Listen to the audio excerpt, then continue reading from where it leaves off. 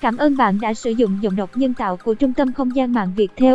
Dù biết lợi ích của tắm khoáng, Paul vẫn thấy khó xử và ngại ngùng khi khỏa thân trước những người xa lạ. Cảm ơn bạn đã tin tưởng sử dụng dịch vụ của Trung tâm Không gian mạng Viettel. Nằm trong một bồn tắm nước nóng cao đến cổ ở thị trấn Kinosaki, Paul Ea, từ Sydney, Australia, đưa mắt ngắm cảnh vật bên ngoài. Bản quyền thuộc về Trung tâm Không gian mạng Viettel. Mưa rơi xuống mặt hồ và những tảng đá đẽo thô sơ nằm trong một khu vườn truyền thống. Cảm ơn bạn đã tin tưởng sử dụng dịch vụ tổng hợp tiếng nói của Trung tâm Không gian mạng Viettel. Bên phải anh, 4 người đàn ông Nhật Bản cũng đang ngâm mình trong nước, mắt nhắm nghiền thể hiện sự hài lòng. Không gian hoàn toàn yên tĩnh và chỉ có tiếng mưa. Paul Ea từng tắm khỏa thân trong phòng xông hơi tại Bắc Âu, nhưng vẫn chưa quen với văn hóa tắm trung khi tới Nhật Bản. Cảm ơn bạn đã sử dụng giọng đọc nhân tạo của Viettel. Dịch vụ tổng hợp tiếng nói được phát triển bởi Trung tâm Không gian mạng Viettel. Ảnh, Neil, mọi thứ đều khiến Paul cảm thấy thư giãn, ngoại trừ một điều băn khoăn. Anh đang tắm khỏa thân bên cạnh những người cũng không mảnh vải trên thân.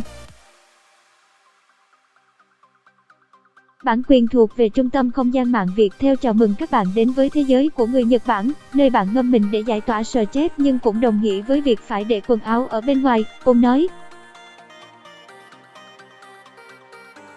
Bản quyền thuộc về Trung tâm Không gian mạng Viettel. Tại các spa này, mọi đồ bơi đều bị cấm.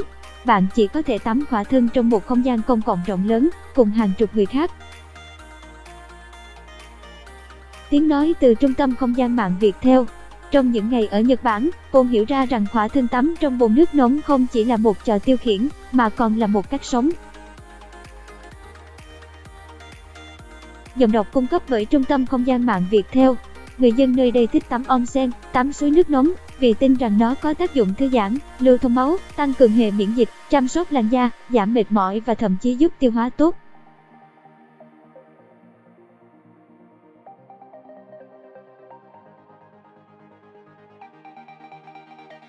Ngay ở cửa phòng tắm, anh thấy tấm biển đề rõ hai lối đi riêng cho nam và nữ. Paul cầm theo một chiếc khăn nhỏ để đặt lên đầu và bước vào khu vực tắm trắng, nơi có nhiều vòi nước nóng đặt cạnh nhau, cùng ghế ngồi và xô chậu. Cảm ơn bạn đã sử dụng giọng đọc nhân tạo của Trung tâm Không gian mạng Viettel. Tiếng nói từ Trung tâm Không gian mạng Viettel. Hít thật sâu, anh lấy lại bình tĩnh rồi làm theo một người đàn ông đang ngồi tắm ở đó. Giọng đọc cung cấp bởi Trung tâm Không gian mạng Viettel.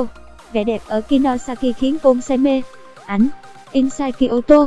Trái với sự lo lắng ban đầu, hầu như không ai để ý đến Paul. Cảm ơn bạn đã tin tưởng sử dụng dịch vụ của Trung tâm Không gian mạng Viettel. Mọi người chỉ tập trung vào việc của mình và thư giãn. Khi từ từ chìm vào dòng nước nóng, Paul phát hiện rằng trải nghiệm này thực sự thú vị.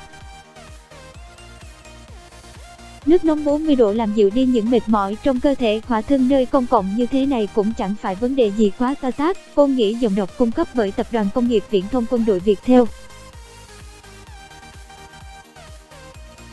Thị trấn Kinosaki cách Kyoto khoảng 2,5 tiếng di chuyển.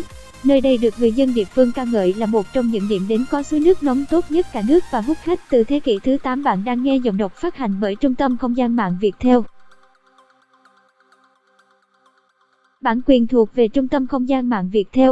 Thực tế, hầu hết ryokan, nhà trọ truyền thống, đều có bồn tắm onsen cho Paul mặc sức lựa chọn. Mỗi ngày, anh lại chọn một nơi để thư giãn. Một trong những nơi tắm onsen Paul ấn tượng nhất là Nihimuraya Honka, nhà trọ sang trọng với hơn 150 năm phục vụ khách du lịch, do 7 thế hệ trong một gia đình quản lý. Cảm ơn bạn đã tin tưởng sử dụng dịch vụ của Trung tâm Không gian mạng Viettel.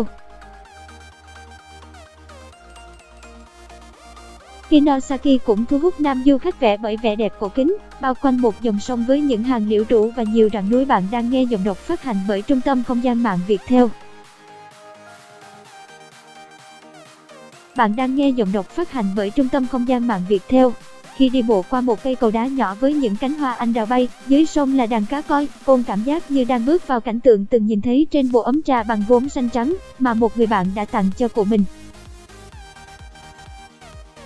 Những điều cần lưu ý khi đến tắm onsen ở Nhật. phải tắm hoàn toàn khỏa thân, không được phép mặc quần áo đi vào khu vực này, dù là bikini giọng độc cung cấp bởi Trung tâm Không gian mạng Viettel.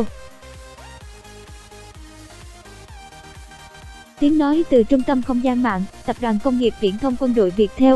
Tại nhiều nơi phục vụ onsen, du khách có hình xăm trên người bị từ chối.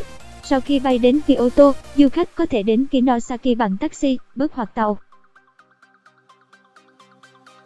Nếu muốn tắm tại Nihimuraya Honkan, bạn nên đặt phòng trực tuyến trên trang web của nhà trọ. Cảm ơn bạn đã tin tưởng sử dụng dịch vụ tổng hợp tiếng nói của Trung tâm Không gian mạng Viettel. Cảm ơn bạn đã sử dụng giọng đọc nhân tạo của Viettel. Khách thuê phòng ở đây được quyền tắm onsen ở 7 địa điểm khác trong thị trấn, ngoài 9 nơi này. Tiếng nói từ Trung tâm Không gian mạng Viettel. Phòng được xây theo kiểu truyền thống, với chiếu và thảm, xung quanh là những khu vườn Nhật Bản. Du khách có thể xin visa Nhật ở Hà Nội và thành phố Hồ Chí Minh, với phí visa là 650.000 đồng.